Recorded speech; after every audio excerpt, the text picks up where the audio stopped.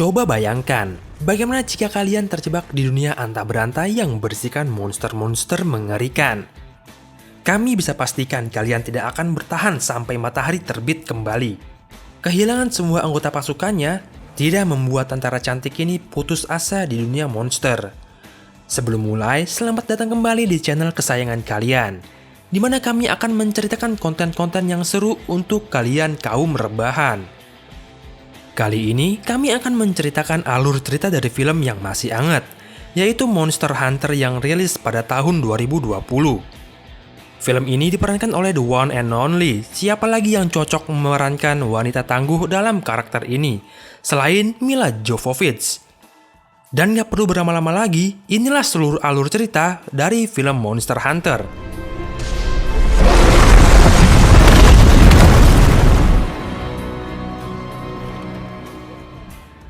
Film diawali dengan perahu besar yang kalau dilihat seperti perahu bangsa Viking sedang berjibaku dengan ombak besar. Di sana juga berisikan sekelompok orang yang tengah sibuk kesana kemari, seperti sedang dikejar sesuatu, sampai mereka mendarat di gurun pasir. Dan tiba-tiba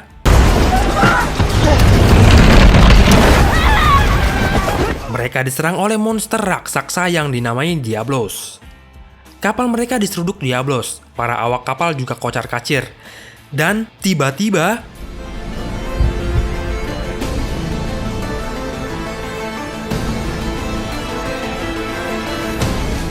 salah satu kru kapal itu jatuh dan terpisah dari rombongan.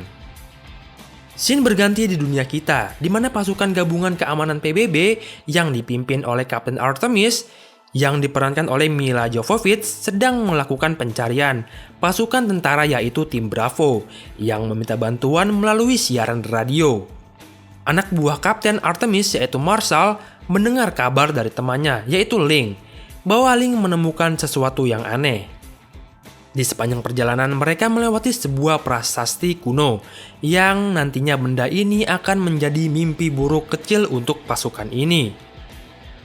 Sampai di mana di tempat Link, di sana Link menemukan jejak tim Bravo, tetapi jejak tersebut berhenti tepat di depan Link.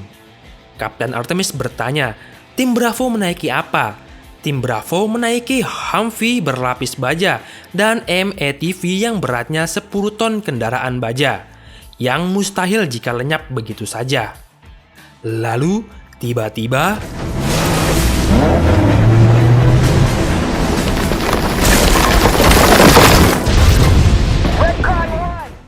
di depan sana badai hitam datang menuju tim Kapten Artemis. Badai itu semakin dekat, mereka segera menghindari badai tersebut. Namun sayangnya mereka semua masuk ke badai itu, dan mereka menuju ke dimensi antah berantah. Singkat cerita, mereka semua masuk ke dimensi asing, dan tiba di tempat padang pasir berwarna putih. Di sepanjang perjalanan mereka menemukan sesuatu yang mengejutkan, yaitu tim Bravo yang sudah gosong terbakar sesuatu. I don't think so. Never seen a flamethrower do this to a man. Not even napalm burns that hot. Tadinya Link mengira mereka disembur senjata flamethrower. Tetapi melihat kenyataannya, flamethrower tak mampu membuat jasad manusia sampai garing dan gosong. Bahkan di sekeliling mayat tim Bravo, pasir putih sudah menjadi kaca. Ini membuat mereka tambah bingung.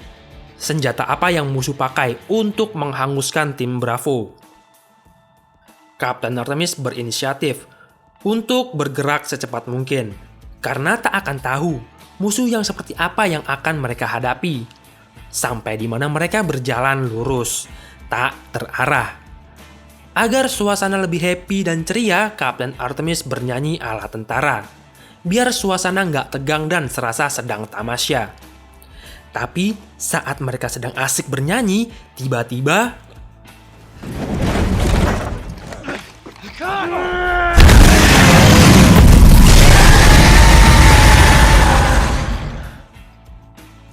dari belakang mereka dikejar sesuatu yang begitu besar. Saat sosok tersebut muncul ke permukaan, mereka terkejut mengapa ada badak monster di dalam pasir. Tapi badak tersebut kayak bisa berenang di dalam pasir. Sontak mereka mengarahkan peluru yang masih tersisa ke monster Diablos. Namun sayangnya salah satu anak buahnya meregang nyawa ditanduk oleh Diablos.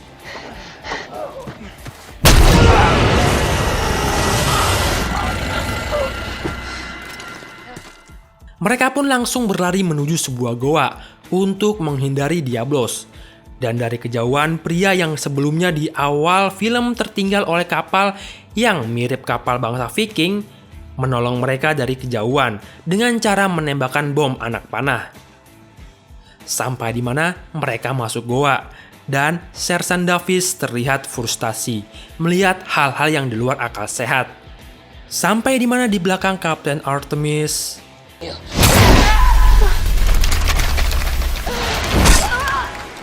Kapten Artemis tertusuk sampai tembus ke dadanya. Ternyata mereka memasuki sarang dari laba-laba raksasa yang bernama Nerscylla. Sialnya, Nerscylla bertambah banyak. Link, Marshall, dan Sersan Davis mengalami mimpi buruk terbesarnya, yaitu kematian. Kabur dari Nerscylla? Oh, tidaklah mungkin. Karena mereka semua berada di sarang Nerscylla. Kalian adalah menu utama dari Nerscylla. Scene berganti di mana kita diperlihatkan sarang Nerscylla, di mana Kapten Artemis ternyata masih hidup. Ternyata Kapten Artemis hanya terkena racun dari Nerscylla dan menjadikannya koma seperti orang mati, sampai di mana Kapten Artemis melihat kenyataan. Des yang imut sudah menjadi busuk di dalam sarang Nerscylla. Juga terlihat Marshall yang sudah menjadi makanan lembut buat pesta makan malam para Nerscylla. Singkat cerita, Kapten Artemis berusaha menemukan jalan keluar dari sarang mengerikan itu. Dan tiba-tiba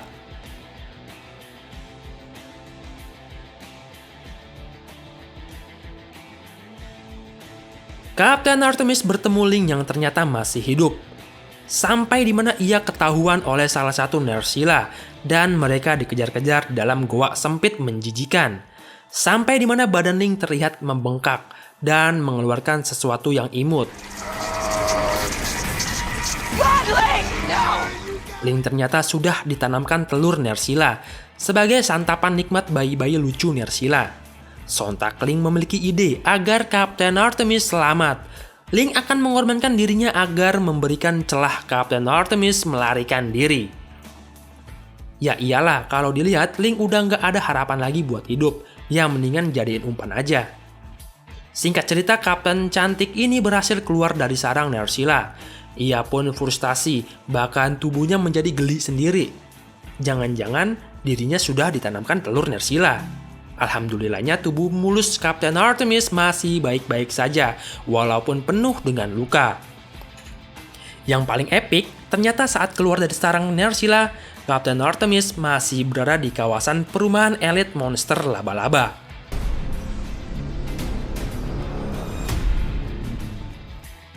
Kapten Artemis pun harus menyusuri lembah bebatuan untuk mencari sesuatu yang bisa ia minum. Sampai di mana ia melihat kuburan kapal-kapal. Ia pun menuju ke kapal itu. Sepertinya Kapten sangat kehausan. Di sana terdapat gentong air. Tapi maaf Kapten, gentong tersebut berisi pasir putih. Kapten pun melihat ke sana kemari. Sampai di mana Kapten menyadari ia sedang diikuti. Kapten diikuti oleh cowok yang bahasanya aja Kapten gak ngerti. Kayak bahasa dari zaman manusia baru menemukan peradaban. Si abang ini nggak tahu aja Kapten Artemis jago dalam pertarungan 1 lawan 1. Saat disergap dari belakang sama si abang ini, Kapten Artemis langsung membalikan keadaan dengan membanting abang jago ini yang mukanya terlihat mesum, tapi aslinya nih, abang jago ini bener-bener cowok lugu dari peradaban yang beda dengan kita. Pertarungan mereka tak terhindarkan, sampai mereka saling gebok satu sama lain. Kapten Artemis pun kalah dan diikat tangannya menuju tempat persembunyian si abang ini. Ingat, dia adalah pria barbar yang tertinggal dari rombongannya. Jadi dia harus bisa bertahan hidup. Kalau dia melewati pasir putih, di sana sudah ada Diablos yang sedang menunggu. Juga di malam hari, dia juga harus menunggu pagi hari agar kengerian dari Nerscylla berakhir. Singkat cerita, Kapten Artemis dibawa ke tempat di mana abang ini tinggal. Abang ini emang sengaja banget ngeledek Kapten Artemis yang lagi kehausan. Lihat aja kelakuannya ini.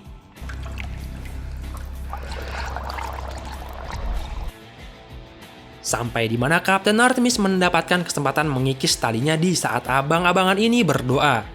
Di pagi harinya abang ini keluar goa mungkin untuk mencari cara bagaimana dia bisa lolos dari Diablos. Sampai di mana pulang dan tiba-tiba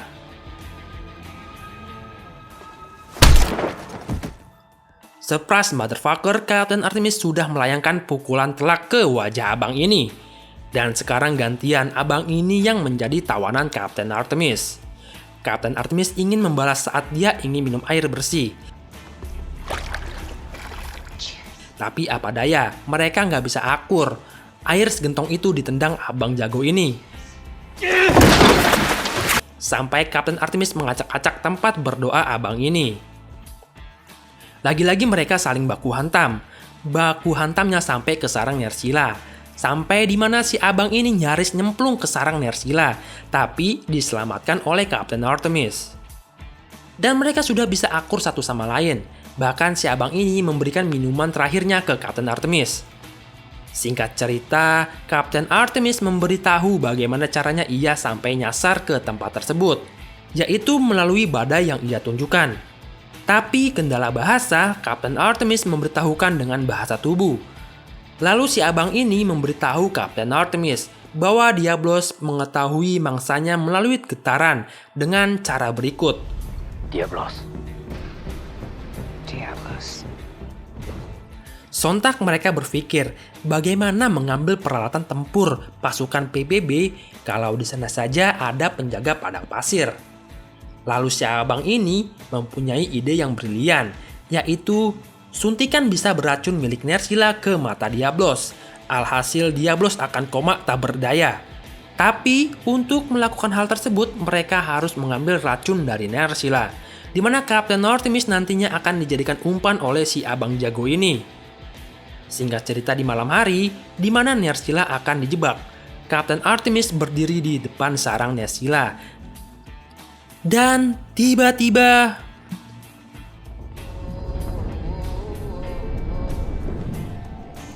Kapten Artemis berhasil menggiring Nerscylla ke panggung kematiannya. Dan dari atas batu, abang jago dengan pedang besarnya memenggal Nerscylla dan mendapatkan racun untuk sang penjaga padang pasir. Di sepanjang persiapan untuk keluar dari mimpi buruk ini, Kapten Artemis belajar menggunakan pedang yang diberikan Bang Ganteng.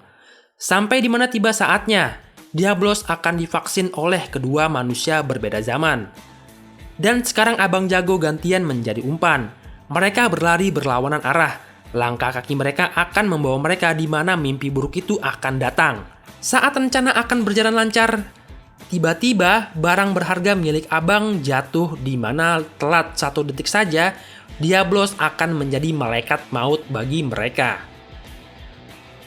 Tapi dengan terukur, si abang jago langsung menghunuskan panahnya tepat ke mata Diablos. Di sini Diablos menjadi celeng. Namun sepertinya dosis racun untuk Diablos kurang, yang membuat Diablos hanya mengamuk tapi dengan jurus Dewa Mabuk. Di sini abang jago sudah berada di atas kepala Diablos. Pedangnya langsung menusuk kepala Diablos. Tapi Diablos sempat-sempatnya mementalkan si abang jago. Pedangnya pun kurang dalam untuk mematikan Diablos. Sampai di mana Kapten Artemis langsung secepat kilat naik ke atas Diablos. Dan menambahkan damage untuk menancapkan pedang sampai menembus kerongkongan Diablos. Alhasil Diablos berhasil dikalahkan. Namun sayangnya di sini abang jago terluka parah sampai tak sadarkan diri. Kapten Artemis langsung mengambil peralatan P3K di mobil pasukannya. Kapten Artemis pun berinisiatif merobek kulit tebal Diablos untuk membawa abang jago yang sedang sekarat menuju badai hitam. Di tengah perjalanan, Kapten Artemis mengalami hal yang sangat sulit. Di tengah badai besar, ia harus menjaga tubuh abang jago yang sedang kritis. Sampai akhirnya mereka berhasil melewati badai dan si abang juga sudah pulih kembali. Di Di tengah perjalanan mereka menemui hutan, di mana di hutan tersebut Kapten Artemis melihat ada sosok monster omnivora, yaitu Apcheros. Kapten Artemis terpukau akan keindahan hutan tersebut, sampai di mana ia haus dan ingin minum di sungai. Dan tiba-tiba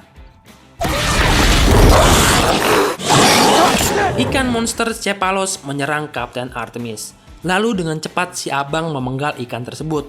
Bahkan Kapten Artemis dijadikan umpan agar ikan muncul ke daratan. Singkat cerita, mereka memanggang ikan Cepalos. Kapten Artemis melihat di depannya ada sebuah menara dan di mana ia harus menuju ke sana agar bisa pulang.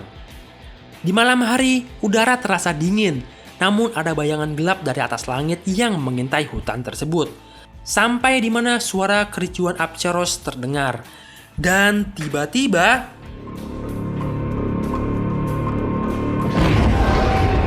segerombolan Apcheros berlari seperti babi liar. Kawanan Apcheros menuju tempat Kapten Artemis, sampai di mana Kapten Artemis bertemu pemimpin dari tempat di mana Abang Jago berasal. Sampai di mana Kapten Artemis kaget kenapa orang itu bisa berbahasa Inggris, dan tiba-tiba Kapten Artemis dipukul sampai pingsan. Singkat cerita, Kapten Artemis dikurung di penjara bawah kapal sekelompok orang tak dikenal. Sampai di mana Kapten Artemis menyadari bahwa Abang Jago adalah bagian dari kelompok itu. Kapten Artemis memikirkan bagaimana ia bisa kabur dari penjara, yaitu dengan cara menggedor bagian bawah kapal. Sampai di mana Kapten Artemis berhasil lolos dan di sana sudah ditunggu oleh Abang Jago. Kapten Artemis juga kaget, di bawah kapal ada kucing yang lagi memasak dan bertanya apa itu. Itu adalah Paliko, chef di kapal tersebut.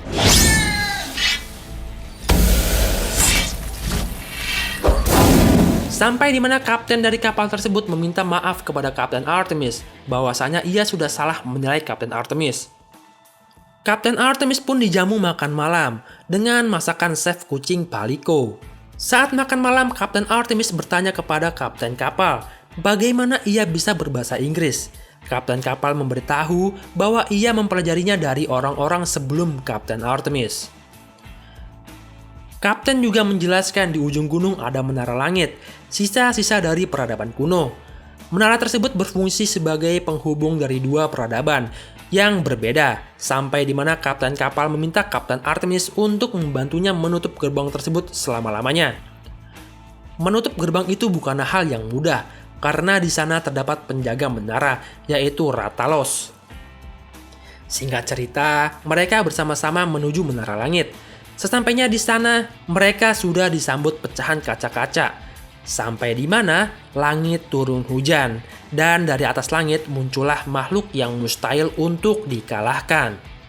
Ratalos adalah naga mitologi yang menjawab mengapa di sekeliling tim Bravo banyak berserakan kaca-kaca. Karena dengan semburan apinya dari Ratalos, otomatis pasir-pasir putih bisa menjadi kaca berkat panasnya api Ratalos. Balik lagi ke cerita, mereka mencoba melawan Ratalos, tapi apalah daya, api Ratalos begitu panas. Mereka sangat mustahil mendekati Ratalos, sampai di mana Kapten Artemis terpojok di jurang. Saat Ratalos nyaris membuatnya menjadi cewek panggang, ia melompati jurang dan memasuki gerbang dua dunia, dan Kapten kembali ke dunia aslinya. It's okay, you're safe now! Get the money! Captain Artemis! Sampai di mana Kapten Artemis tak sadarkan diri, pasukan dari PBB menemukan Kapten Artemis dan menyelamatkan Kapten. Namun sayang saat Kapten dibawa dengan pesawat, tiba-tiba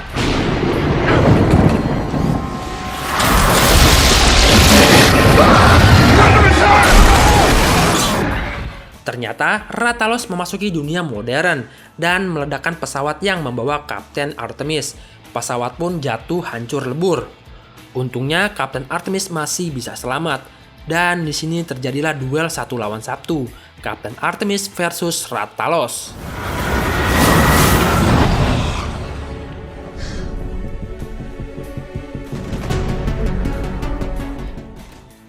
Cewek tangguh ini emang patut diancungin jempol. Mulut Ratalos yang sedang menganga langsung dilontarkan granat dan meledak di dalam mulutnya. Tapi tiba-tiba Ternyata Rathalos kebal, walaupun tenggorokannya udah diledakkan oleh api. Mungkin Rathalos jangan dikasih api, tapi masukin aja tenggorokannya dengan air. Lanjut di mana Abang Ganteng dan kaptennya masuk ke dunia modern. Dari kejauhan, Abang Jago langsung menyepret ke titik celah bagian dalam tubuh Rathalos yang terbuka. Langsung aja panah bom masuk dan menancap ke tubuh Rathalos. Seketika Rathalos meletup dan gantian menjadi naga bakar. Di akhir cerita, ini bukanlah akhir dari segalanya. Masih ada Rathalos yang lain yang akan memasuki dunia modern. Dan ini akan menjadi tugas para Monster Hunter. Sekian dulu cerita dari kami. Dukung channel ini dengan cara like, komen, dan subscribe. Juga share sebanyak-banyaknya di sosial media kamu.